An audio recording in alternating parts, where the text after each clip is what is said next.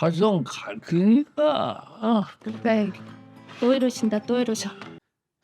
자, 다들 이 짤 보신 적 있으실 거예요. 아이, 할아버지 또 이러신다. 1억은 뭐고 비트코인은 또 뭐예요?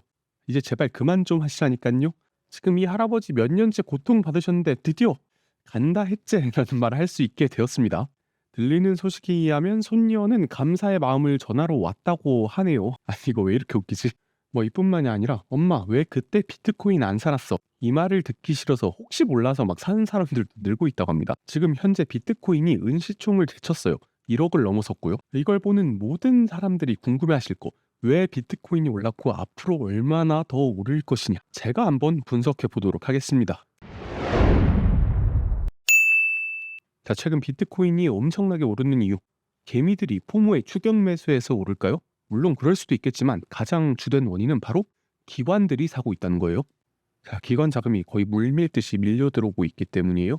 보시면 이제 세계 1위 자산운용사 블랙락이죠. 블랙락에서 운영하는 ETF인 아이빗, 그다음 3위 자산운용사인 피델리티의 FBTC. 얘네가 하루도 빠짐없이 계속 사기만 하고 있거든요. 이 정도면 진짜 호구 아닌가? 물량을 왜 이렇게 많이 받아주지 싶을 정도로 계속 순현금 유입이 되고 있단 말이에요. 이게 어느 정도냐? 뭐 비트코인 개수로 치자면 20만 개가 이미 넘어섰고요. 자, 이게 조금 옛날 자료긴 한데 지금 블랙락 같은 경우는 하나로 거의 15조 이상을 순매수했습니다. 비트코인 탄생 역사상 유례없는 자금이 물밀듯이 들어오고 있어요.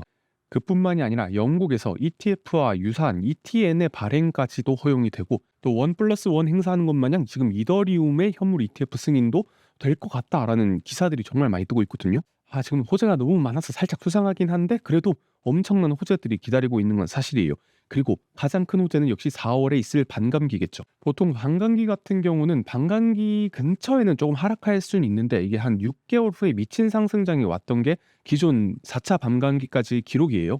그러니까 다른 말로 하면 반감기 됐다고 바로 떡상하는 게 아니라 어느 정도 차익 실현이 있고 나서 물량을 소화하고 그때 이후로 한 6개월에서 200일 정도 있다가 오르더라 이 말입니다. 자, 여기까지 보셨을 때 이제 또 궁금할 거예요. 왜 비트코인 ETF가 승인됐고 도대체 왜 기관들이 비트코인을 사는지에 대한 그 이유가요. 자, 비트코인 같은 경우는 기존 전통 자산과 상당히 낮은 상관관계를 갖고 있습니다. 보시면은 주식만 0.41 정도로 그냥 평범한 상관관계를 갖고 있지 나머지는 0.2 정도면 상당히 낮은 상관관계라고 볼 수가 있거든요. 아니, 상관관계가 낮으면 도대체 뭐가 좋은 거냐? 자, 이걸 설명하기 위해선 이론적인 설명이 좀 필요합니다.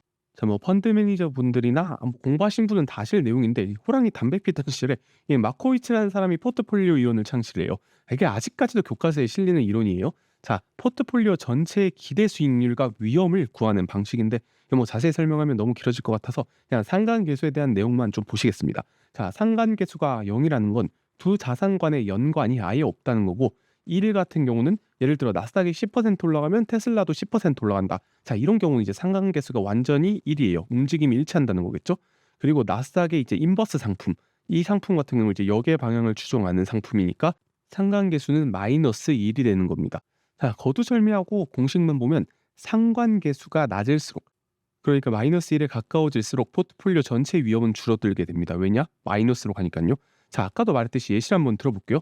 나스닥과 나스닥 인버스 상품을 샀다고 생각해 봅시다. 이때는 상관계수가 마이너스 1이겠죠? 자, 나스닥이 10% 오르면 나스닥 인버스 상품이 10% 떨어지면서 총 수익률은 0%가 됩니다. 그러니까 완벽한 해치 상태가 이루어지는 거고 이론적으로 위험은 제로에 가까워지는 거예요.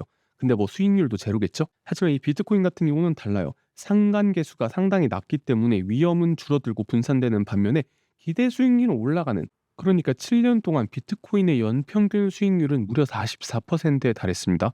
지금은 아마 더 올라갔을 거예요. 다른 말로 요약하자면 비트코인 같은 경우는 상관계수가 낮아서 위험은 줄어들고 기대 수익률이 올라가게 되는 그러니까 펀드 매니저들 입장에서는 이론상 이건 개꿀 아이템이고 포트폴리오에 편입하기 너무 매력적인 상품이라는 거죠. 게다가 이번에 ETF 승인으로 제도적인 장치까지 마련되니까 이건 안 살 수가 없게 되는 거죠. 자, 예로 제가 아크인베스트의 리서치를 하나 가져갔어요. 이론상 가장 효율적인 포트폴리오를 최적화한 거예요. 물론 뭐 기간이 짧기 때문에 이 포트폴리오가 정확하진 않아요. 그런데 가장 이상적인 포트폴리오가 무엇이었을까라는 답변에는 금 40%, 주식 30%, 비트코인 20%, 그다음 상품을 10% 편입하는 포트폴리오가 가장 위험이 낮고 수익률은 가장 좋은 뭐 조금 다른 말로 하자면 위험 조정 수익률 또는 샤프 지수라고 표현을 하는데 가장 안전하지만 가장 많은 수익률을 가져다주는 포트폴리오의 구성이 이랬다는 말이거든요. 물론 이건 진짜 수학적인 이론에 불과합니다. 그때 비트코인의 비율이 대략 19.4%. 자, 그리고 아크인베스트는 이 근거를 바탕으로 아주 흥미로운 주장을 전개해 나가기 시작합니다. 글로벌 투자 자산의 1%가 비트코인에 할당되게 된다면 무려 12만 달러까지 이르게 된다. 1억 5천만 원 정도겠죠? 이건 이미 거의 다 왔어요. 그런데 이제 평균적인 샤프 비율을 4.8%를 할당하게 된다면 대략 55만 달러. 그리고 아까 봤던 19.4% 최대 샤프 비율까지 넣어버리게 되면은 이거는 뭐 말도 안 돼요. 23만 달러, 거의 30억에 이르는 가치에 다다를 것이다라는 그런 연구 결과가 있습니다. 그리고 또 비트코인의 상승이 아직 끝나지 않았다는 근거로 아직 낮은 MVRV 지표를 많이 가져오시더라고요. 자, 지금 보시는 그래프의 주황색 부분이 MVRV 포인트인데요. 이게 빨간색 음영 부분, 그러니까 한 5포인트 이상 올라가야지 고점을 탁 찍고 폭락을 했던 게 과거의 역사상 그래프입니다. 그러니까 이 MVRV만 봤을 때는 아직 위에 상단이 한참 남았다라고 볼 수가 있겠죠. 그리고 또 최근 재미있는 뉴스가 있었어요. 아까 말씀드렸던 세계 최대 자산운용사 블랙록이 글로벌 얼로케이션 펀드에 또 비트코인을 추가한다. ETF가 아니라 ETP의 형식으로 또 포함할 생각이다라고 말을 꺼냈거든요. 자, 이걸 아까 제가 말했던 반감기랑 결부시키게 되면 상당히 재미있는 일이 일어납니다. 자, 지금 채굴되는 비트코인 양보다 현물 ETF에 담기는 비트코인의 양이 대략 10배라고 해요. 그런데 꼭 반감기가 4월에 도래하게 되면 이게 어떻게 될까요?